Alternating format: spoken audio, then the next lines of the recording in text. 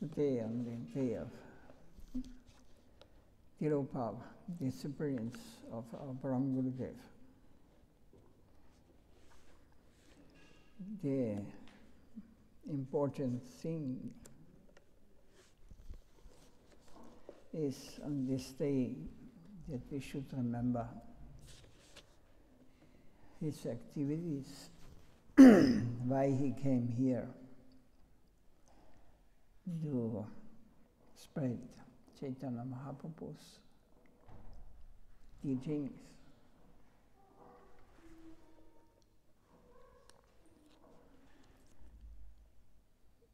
So it is confirmed by all the acharyas that he is not an ordinary human, that he is coming from the plane where we are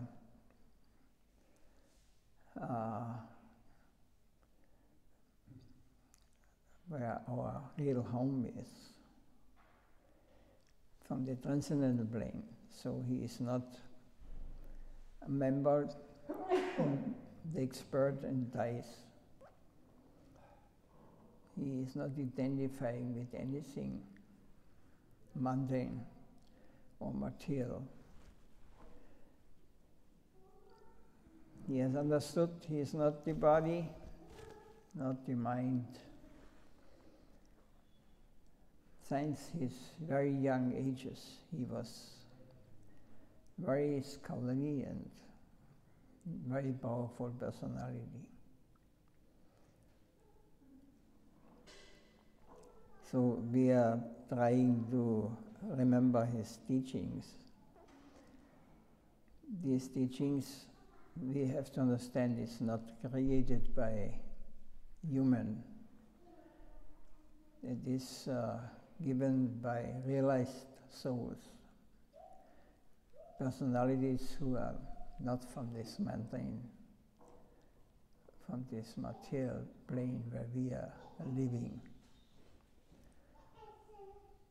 So the Vedas are the authority, and then especially the Srimad Bhagavatam, the Chaitanya Charitamrita, or Bhagavad Gita.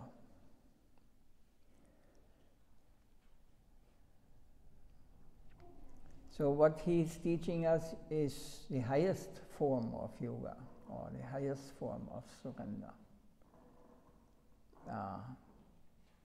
Bhakti means it's the yoga of divine love. And for this, surrender is necessary. So in this explanation here, he explains what is the mentality of a surrendered soul. Unalloyed devotees of the Lord accept all the Lord's arrangements without argument. This is one sign of a surrendered soul. So whatever may happen, whatever may we may experience in this material world, the devotees, the unalloyed devotees who are surrendered, accept it as it is, because they consider that not we are the controllers, they consider that the supreme controller is the Lord, Krishna or Narayan. Everything is under his control. They have experience, or they are realized souls, and they are fixed in this consciousness. So, unalloyed devotees of the Lord accept all the Lord's arrangements without argument. So we are not protesting when negative things come, so we are not hating others when do some bad, they see everything from the neutral state. Because this is the world of illusion, Maya, where we are living, and in this world there's always misunderstanding, always fight. So this playing impatience about the Lord's arrangement proves that one lacks faith and desires material enjoyment. This playing impatience about the Lord's arrangement proves that one lacks faith, 100,000 faith, and desires of material enjoyment. So unlimited material desires we have in this material plane, or we have. Devotees are not concerned whether the Lord's mercy seems like punishment, cruelty, or wealth, because they are fully surrendered to the Lord. No amount of material inconvenience can distract them from their surrender or from accepting the Lord as their maintainer. The Lord is the ultimate seer of everything. The meaning is that He is always conscious of everything, as He is everything, not on the mental or material plane, but He sees the heart of every living being.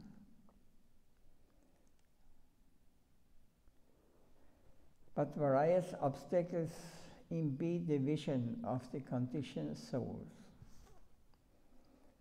By expressing displeasure at or restlessness with the Lord's arrangements, one certainly invites inauspiciousness. So the surrendered devotee have no concept other than to engage constantly in Lord Hari's service. By being pleased, accept the Lord's arrangements. Why they are not afraid of whatever may come? Because, why? Because they have realized that we are in a dreamlike state. We are not have understood who I am. What is this material world for? What is this place?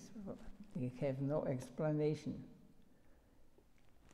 Either they also not understand where I'm coming from, and they do not understand where I'm going to. Or is it just the beginning, and then after that nothing is? I'm gone. It is only a small part of the whole thing. We are very limited in our thinking power. There was life before we took birth in this body, and there will be life after, but not bodily conception, not mundane conception. It's a soul conception. So the world of the soul is non-material, transcendental, beyond all this, what happened in this world, what we experience here. A devotee of Vishnu considers neither his spiritual master nor his disciples to be object of his own sense enjoyment. He is always engaged in Krishna's service, under his Guru's guidance, and is pleased to engage everything in his Lord's service. A sincere disciple has no desire for sense gratification. He is concerned only with serving his spiritual master. If a disciple does possess the desire for sense gratification, it can be assumed that he is not fully serving the spiritual master. In his commentary on Srimad Bhagavatam, Jagadguru Srila Vishwanath Jagavati Thakur writes regarding the ideal of service to the spiritual master. Guru sevayam shishya shravana kirtanad anyapi bhughan tuthan premanandan api gahan duditat vivitashtalan api naiva bhikshat shiguru sevaiva sukhen sarva satya sitadham iti upatesho vyanjita. A disciple who is engaged in the service of his spiritual master does not mind sacrificing the happiness he derives from hearing and chanting about the Lord. In other words, he does not care about his own solitary bhajan, because he knows that simply by serving his spiritual master he will easily attain all perfection. So this kind of faith or shraddha is growing in someone who is sincerely searching for the unlimited, where we can not only that we are realizing it, we can live there on this plane where nothing takes birth, nothing dies, and nothing gets old. Everything is ever fresh and blissful and ecstatic and pure. So how does a devotee see the material world? An exalted devotee sees the material world as the Lord's mercy. Mercy, compassion is worshipable. It is not possible to surpass the Lord's compassion. If one sees this material world which is meant for the Lord's enjoyment, or the personification of the Lord's mercy, in the spirit of enjoyment one will certainly be punished. This is what we call karma, action and reaction. If we see this world as is created for our enjoyment,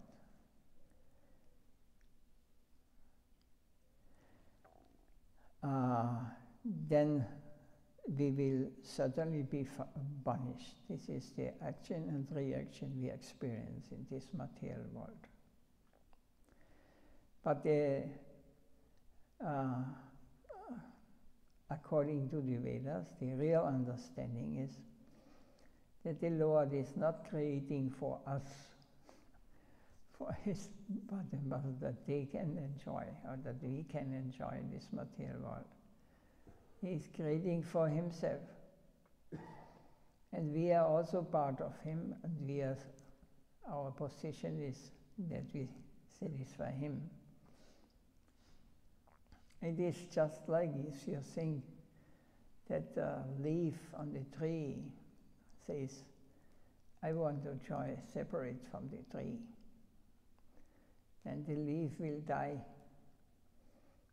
because the root is not getting water and he cannot absorb water. He needs water. So in the same way, if someone comes to this material world and separates himself, he will be punished by the law of karma. And this is the mercy of the Lord, because otherwise we will never get out of it. We will not experience birth, disease, old age, and death. This is the reality in this material world.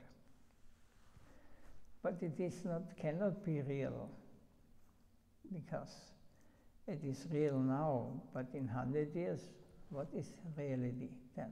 You may have a different body in a different form, wherever, according to our karma, our activities, we will take birth again, and we have to go the same circle: birth, disease, old age, and dying.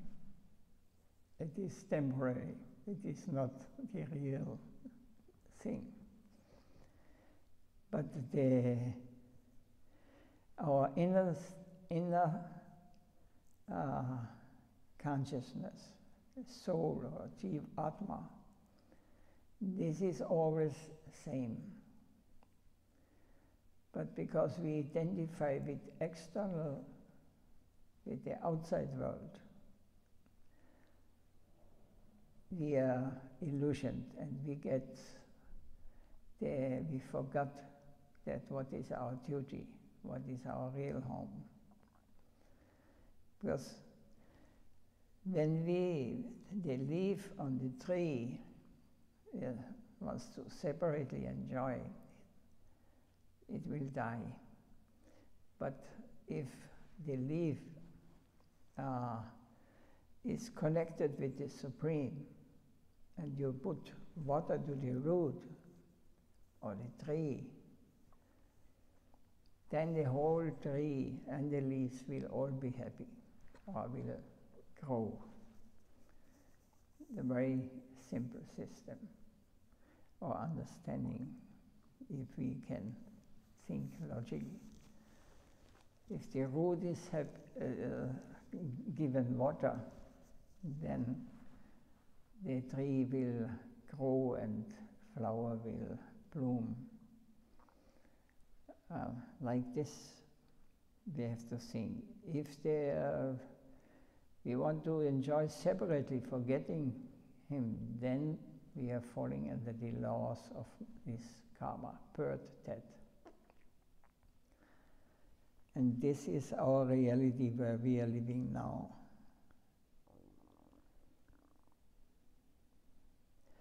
Is there any question on this? Or any comments?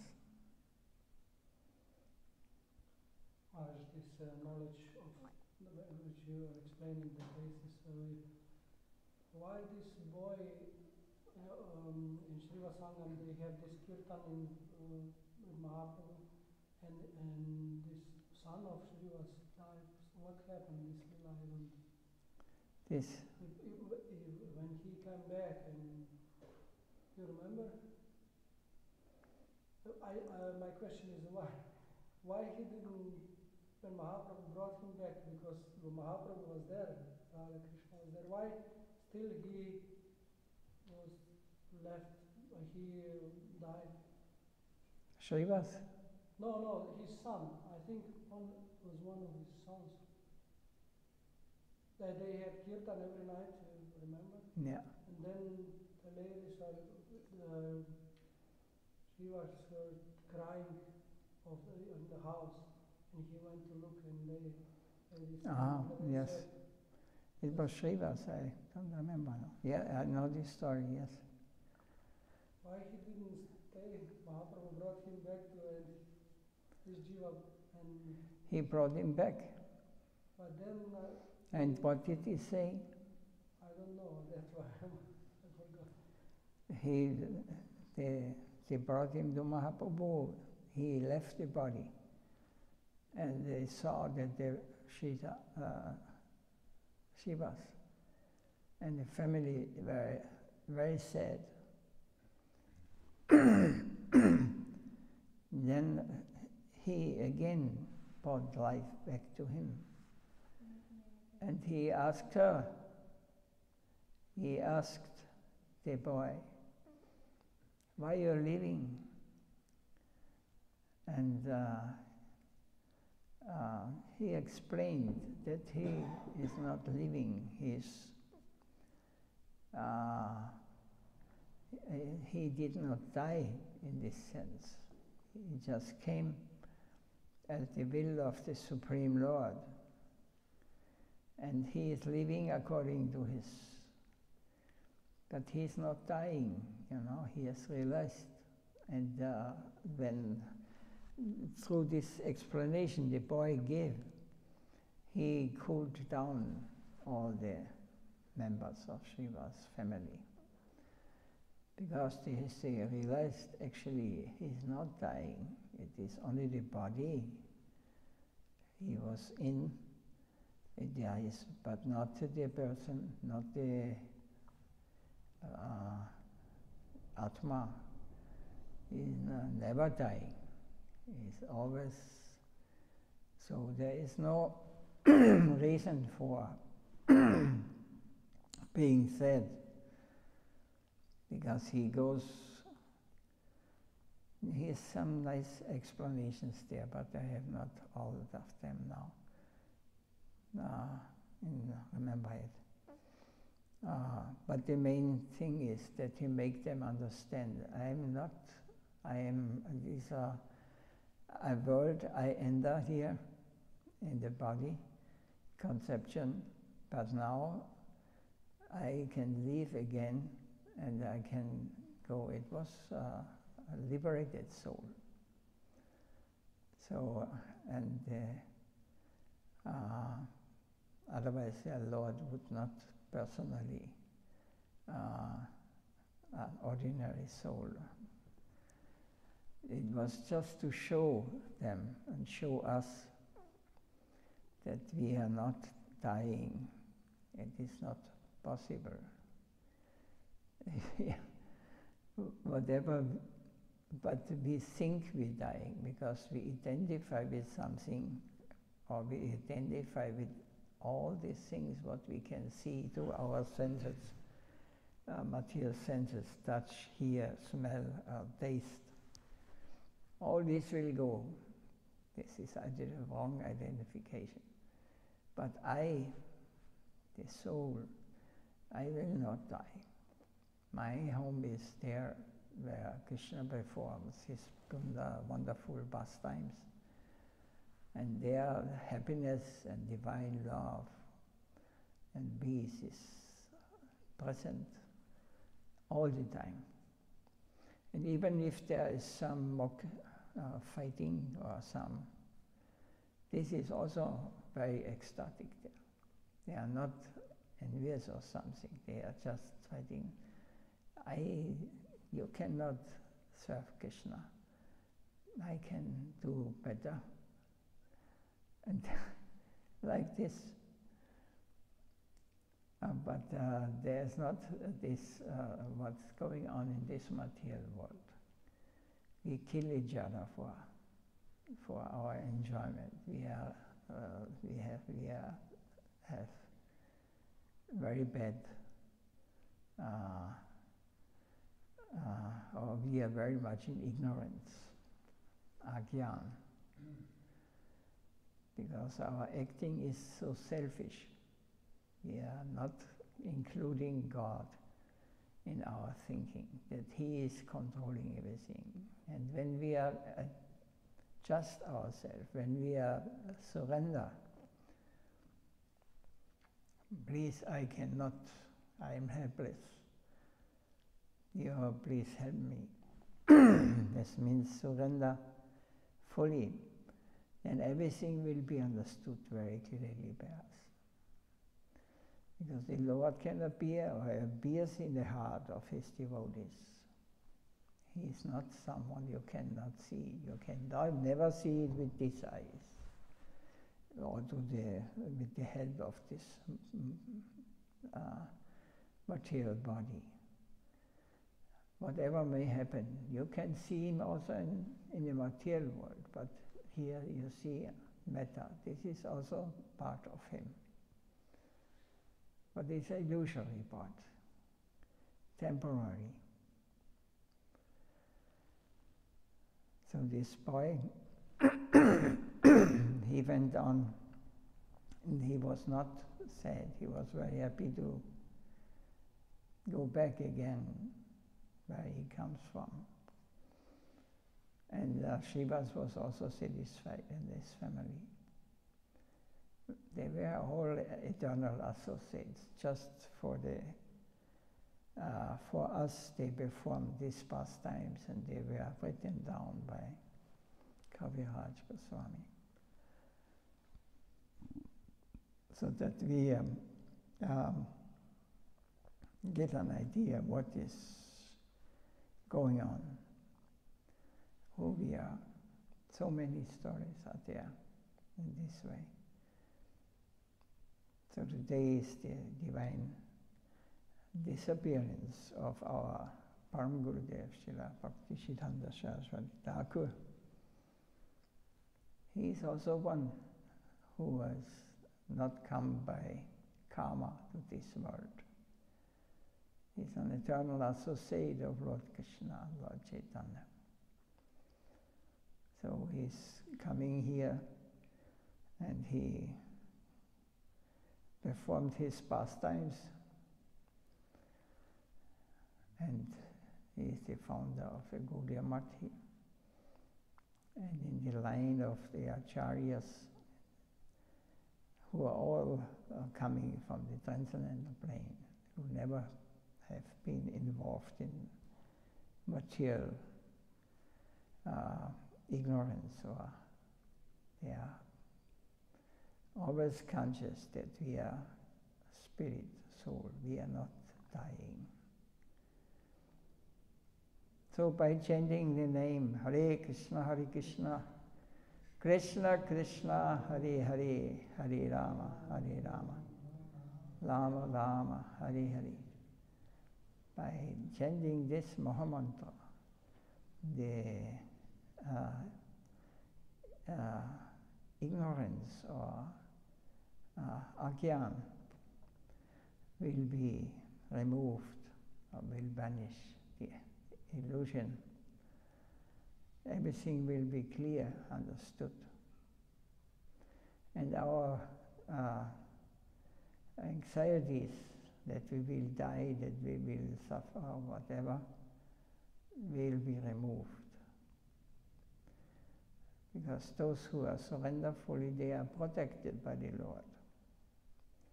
They are personal, have relation. Of course, not relation as we think. It is transcendental, it is on the transcendental plane. So unfortunately, we have not got the eyes yet to see. But just by continuing chanting and sincerely deciding or hankering, we are able to again install our real position in our life, where we are at home. This is what the Vedas meant for, to study from whatever level we may be. And Bhakti is as the king of all knowledge and understanding. If we have understood, and if we are practicing, then we will experience the reality as it is. Otherwise, we have to come again and again. We have to fight here in the world. Just imagining we are working hard only for eating, sleeping, mating, and defending. Whole life. And this is normal. But in the transcendental world, we are also active. But there is everything done with the devotional mood. Everything, everyone wants to please the Lord, whatever he may do. And every one attains the perfection by understanding Yes. My position is Dasa Dasa Anudasa. I am the servant of the servant of the servant of the servant of Srimati Radharani or Krishna, Govinda.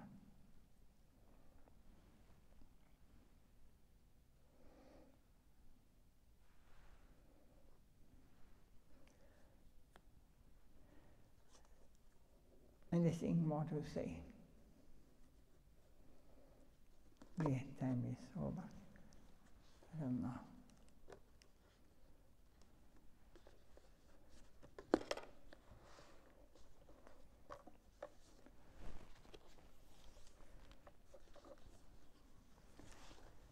It is not easy to accept these things.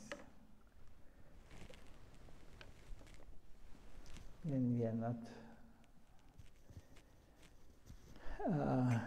have already gone too many lifetimes to searching for the solution of why I am here, who I am, where I am going, where I am coming. All these questions are not answered by any scientist. They speculate because they only accept those things what they can see with a microscope or with a telescope, you know. But it is only a small, insignificant part. And what is the benefit?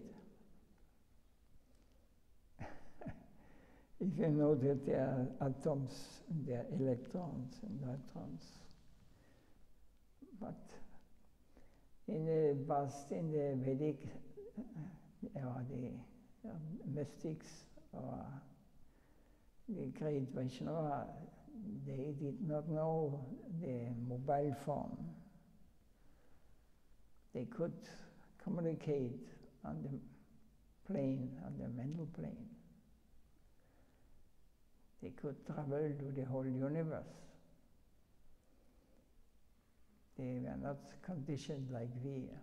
Now for us, we are completely imprisoned in this material conception of life. I am this body, and this body is everything I have to maintain. They even not have problems to understand the mind, what is also material, or the intellect is also material because it's all connected with matter, conditioned. So how to get out of this? If you want to know reality, you have to separate you from this conception of life. I am the body, I am birth, and I am dying. This is only temporary. Dream.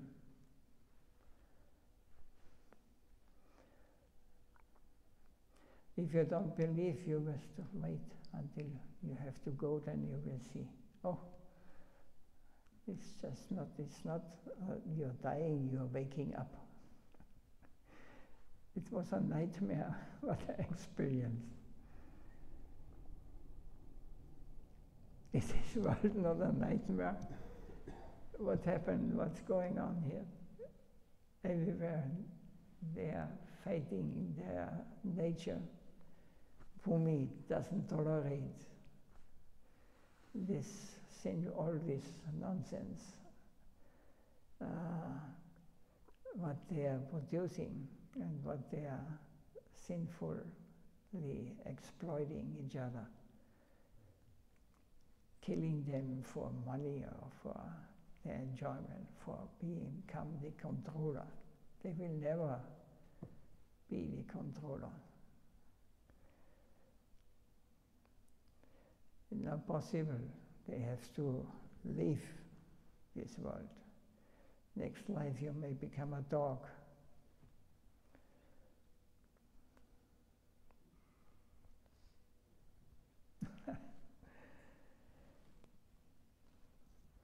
Jai Srila Prabhupada ki Jai.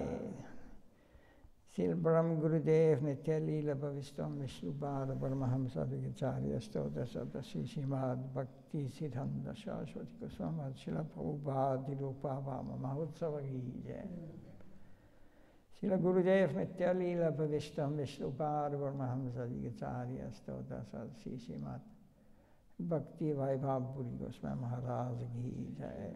Nityai Gaura Premanandi Manchakalpatarubhyasta Prakasindubhyasta Paritam Bhavayasya Vaishnava Namo Namaha. Hare Krishna, Krishna Krishna, Hare Hare, Hare Rama.